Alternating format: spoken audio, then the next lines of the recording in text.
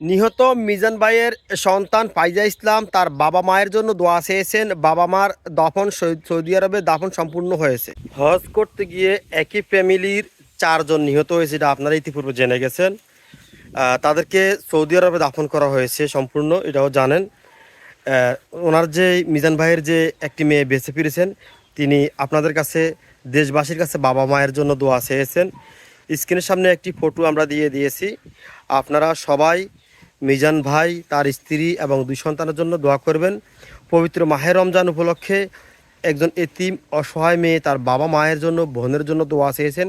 দেশবাসীর কাছে অনুরোধ করব দোয়া করবেন এবং এলাকাবাসীর কাছে অনুরোধ করব মেয়েটির দিকে সবাই লক্ষ্য রাখবেন।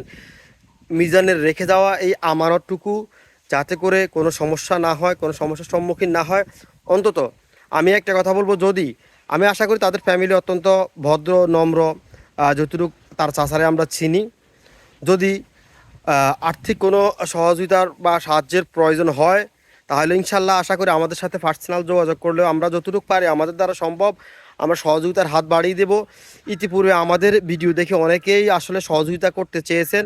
আমরা এখন পর্যন্ত আসলে তাদের সহযোগিতার বিষয়ে কোনো আপডেট দিই নেই, কারণ তাদের সাথে আমরা যোগাযোগ করতে পারি নাই।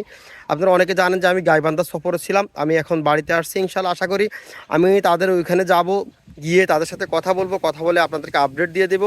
আর তবে একটাই অনুরোধ থাকবে, এই অবুজ মেয়েটি তার বাবা মায়ের জন্য, বোনের জন্য দোয়া চেয়েছেন। এই পবিত্র মাহে রমজানের মাস, আল্লাহ পাক রব্বুল আলামিন যেন তাদেরকে জান্নাতের উচ্চ মাকাম দান করে এবং তাদেরকে যেন শহীদি মৃত্যুটা আল্লাহ কবুল করে নেন। যাতে তারা হজ করতে গিয়েছেন, হজের আনুষ্ঠানিকতা শেষ করেছেন। আল্লাহ পাক রব্বুল আলামিন যাদেরকে কবুল করেন তাদের উসিলা যেন আমাদের বাংলাদেশ তথা বিশ্বের মুসলমান সবাইকে আল্লাহ মাফ করে দেয়। আর এই পরিবারটুকু আসলে শোক সইবার মতন না, তারপরে আল্লাহর কাছে দোয়া করি আল্লাহ যেন তাদেরকে ধৈর্য ধারণ করার তৌফিক দান করেন। আর এই মেয়েটির লেখাপড়া, থাকা, খাওয়া সর্বর দিকে সবাই একটু লক্ষ্য রাখবেন। আর বিশেষ করে আমি গত ভিডিওগুলোতে বলছি, এই মেয়ের বাবা মরে গেছে, মা মরে গেছে, তারা কিন্তু টাকা পয়সা কবর নিয়ে যায় নাই, স্বর্ণ গয়না কবর নিয়ে যায় নাই। তার যে টাকা পয়সা, স্বর্ণ গয়নাগুলা যাদের কাছে যেভাবে আছে সেগুলা মেয়েটাকে আপনারা বুঝিয়ে দিবেন। আমি এই আশাটুকু ব্যক্ত করি আপনাদের মাঝে। কারণ তারা আজকে চলে গেছে, মিজান ভাই চলে গেছে, মিজান ভাইয়ের স্ত্রী চলে গেছে। আপনি আর আমি কিন্তু যে ফ্রিতে থেকে যাব এমন তা না, আপনি আর আমিও চলে যাব।